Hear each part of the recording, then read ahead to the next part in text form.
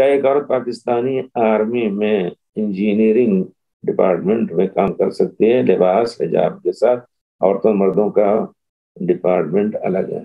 اگر ایسا ہے، عورتوں کو بھی قوم کی خدمت کے لیے ہو سکتا ہے، یعنی آرمی میں یا CID میں اور کچھ ضرورت پڑے عورتوں کے بارے میں ان کو دیکھنا ریکھنا اور کچھ، تو بے شک کر سکتی ہیں۔ شرط یہ آپ نے کہا کہ لباس اور حجاب اور پھر صلاۃ وغیرہ کی پابندی پر کوئی پابندی نہ ہو یا حجاب پر کوئی پابندی نہ ہو، تو بے شک کر سکتے ہیں، اس میں کوئی شبہ نہیں انشاءاللہ۔ اور لیکن اس شرط کے ساتھ کہ بچے ضائع نہ ہو، شوہر کا حق نہ ضائع ہو۔ ذرا سا ان سب چیزوں کو بھی ذہن میں رکھنا چاہیے۔ اور ہم تو چاہتے ہیں کہ کتنی سعادت مند عورت ہے کہ پڑھ لکھ کر کے بھی اپنے گھر کی خدمت کر رہی ہے، اپنے بچوں کی خدمت کر رہی ہے، شوہر کو راضی رکھتی ہے۔ پیارے رسول نے فرمایا جو 5 وقت کی نماز پڑھے اپنے شوہر کی اطاعت کرے تو انشاءاللہ وہ اس کو چوٹی پکڑ کر کے فرشتے اس کو جنت میں پھینک دیں گے انشاءاللہ۔